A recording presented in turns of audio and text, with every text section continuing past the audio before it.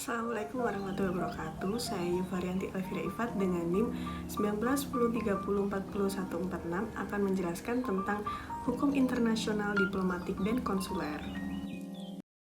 Yang pertama yaitu pengertian. Menurut Triono, definisi hukum diplomatik dan konsuler yaitu merupakan cabang ilmu hukum inti yang mempelajari 3 hal. Yang pertama, bagaimana mewakili kepentingan suatu negara di negara lain. Yang kedua, bagaimana melindungi warga negara suatu negara di negara lain. Dan yang ketiga, bagaimana membuka hubungan diplomatik dan konsuler di negara lain.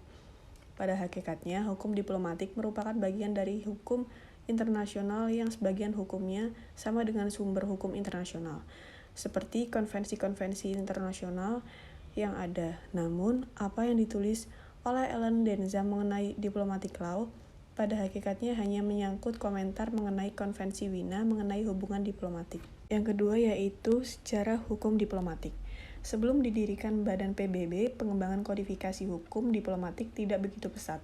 Kongres Wina pada hakikatnya telah merupakan tonggak sejarah dalam sejarah diplomasi modern, karena telah berhasil mengatur dan membuat prinsip-prinsip secara sistematis, termasuk praktek-praktek atau cara-cara yang umum di bidang diplomasi.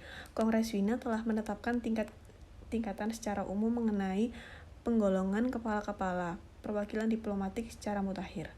Menurut Protokol Wina 19 Maret 1815 sesuai dengan resolusi Dewan Liga Bangsa-Bangsa telah dibentuk komite ahli untuk membahas perkembangan kodifikasi pengembangan hukum internasional di mana telah dilaporkan bahwa dalam subjek hukum diplomatik yang meliputi dari cabang-cabang pergaulan diplomatik antara bangsa haruslah diatur secara internasional. Sementara itu, Konferensi Negara-Negara Amerika yang diadakan di Havana tahun 1928 tidak sengaja telah menganggap bahwa masalah itu sangat penting. Tetapi setelah dibahas secara panjang lebar, telah menetapkan 2 konferensi, satu mengenai pejabat diplomatik dan yang lainnya mengenai pejabat konsuler.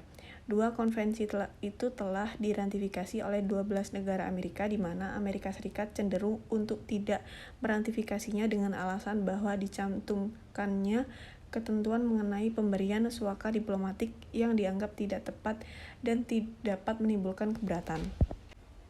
Selanjutnya yaitu pembentukan utusan diplomatik dan konsuler.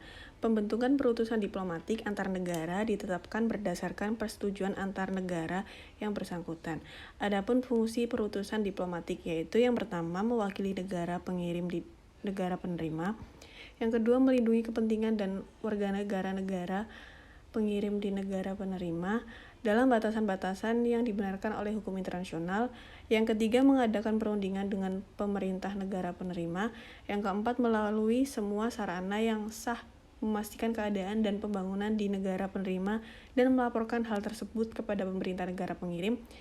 Yang kelima yaitu mendorong hubungan persahabatan antar negara pengirim dan negara penerima dan mengembangkan hubungan ekonomi, kebudayaan, dan ilmu pengetahuan mereka. Yang selanjutnya yaitu klasifikasi utusan diplomatik. Perutusan diplomatik suatu negara terdiri dari kepala perutusan diplomatik dan staf. Perutusan diplomatik selain itu masih ada staf administrasi, staf teknik, dan staf pelayanan. Konferensi Wina tahun 1961 membedakan perutusan diplomatik dalam 3 kelas, yaitu yang pertama ambasador atau nuncio, yang kedua envoy atau minister, yang ketiga chair d'affaires. Perbedaan kelas tersebut tidak membawa perbedaan dalam hak dan kewajiban kecuali dalam precedence atau etiket. Kedudukan seorang kepala perutusan sebagai ambasador, envoy, ataupun minister ditetapkan dalam persetujuan antara 2 negara yang bersangkutan. Penetapan kedudukan itu tergantung pada beberapa faktor antara lain ranking negara yang bersangkutan, tradisi, populasi, dan pentingnya negara itu. Selanjutnya yaitu hak utusan diplomatik. Hak kekebalan yang melekat pada seorang pejabat diplomatik menurut Konferensi Wina 1961 adalah hak kekebalan pribadi, kekebalan terhadap yurisdiksi pidana, perdata, dan administrasi negara penerima, dan keistimewaan berupa pembebasan pajak dari pajak iuran bea cukai negara penerima, pembebasan dari pemeriksaan barang, terdapat juga pembebasan dari jaminan sosial, pelayanan sosial, dan wajib militer. Akan tetapi, sekalipun pejabat diplomatik memiliki hak kekebalan dan keistimewaan tersebut berdasarkan pasal 40 ayat 1 Konferensi Wina 1961 tentang hubungan diplomatik, Wina Convention on Diplomatic Relations, pejabat diplomatik wajib mematuhi hukum negara penerima dan tidak boleh mencampuri urusan negara penerima.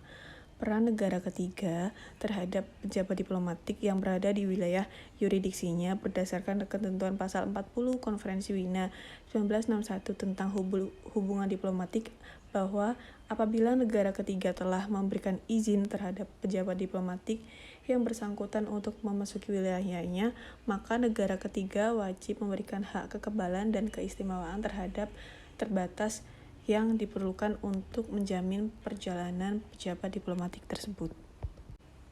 Pemberian hak kekebalan dan keistimewaan ini berlaku apabila diplomat tersebut hanya bertujuan transit di suatu wilayah negara ketiga dalam perjalanannya menuju atau kembali ke pos dinasnya, atau dalam perjalanan kembali ke negaranya. Dalam hal tindakan transit, seorang pejabat diplomatik tersebut dilakukan dalam keadaan force majeure, maka meskipun tanpa izin negara ketiga, pejabat diplomatik dapat transit di wilayah negara ketiga tersebut dan pada negara ketiga memiliki kewajiban untuk memberikan hak kekebalan dan keistimewaan terbatas selama hak tersebut dibutuhkan dalam menjamin perjalanan diplomat tersebut. Dalam hal pejabat diplomatik dalam keadaan damai atau tidak sedang berperang, hanya berniat melewati wilayah negara ketiga, maka berdasarkan hukum kebiasaan internasional, negara ketiga wajib memberikan hak innocent passage atau hak lintas bebas. Selanjutnya yaitu akhir perutusan. Perutusan diplomatik dapat berakhir karena 3 hal, yaitu karena inisiatif negara mengirim, misalnya karena negara mengirim memanggil kembali perutusan diplomatiknya. Pemanggilan perutusan diplomatik itu menandakan buruknya hubungan antara dua negara yang bersangkutan. Yang kedua, karena inisiatif negara penerima, misalnya karena adanya pernyataan negara penerima bahwa anggota perutusan tertentu merupakan persona non grata. Yang ketiga, yaitu telah selesainya tujuan perutusan diplomatik. Demikian penjelasan dari saya, kurang lebihnya mohon maaf. Wassalamualaikum warahmatullahi wabarakatuh.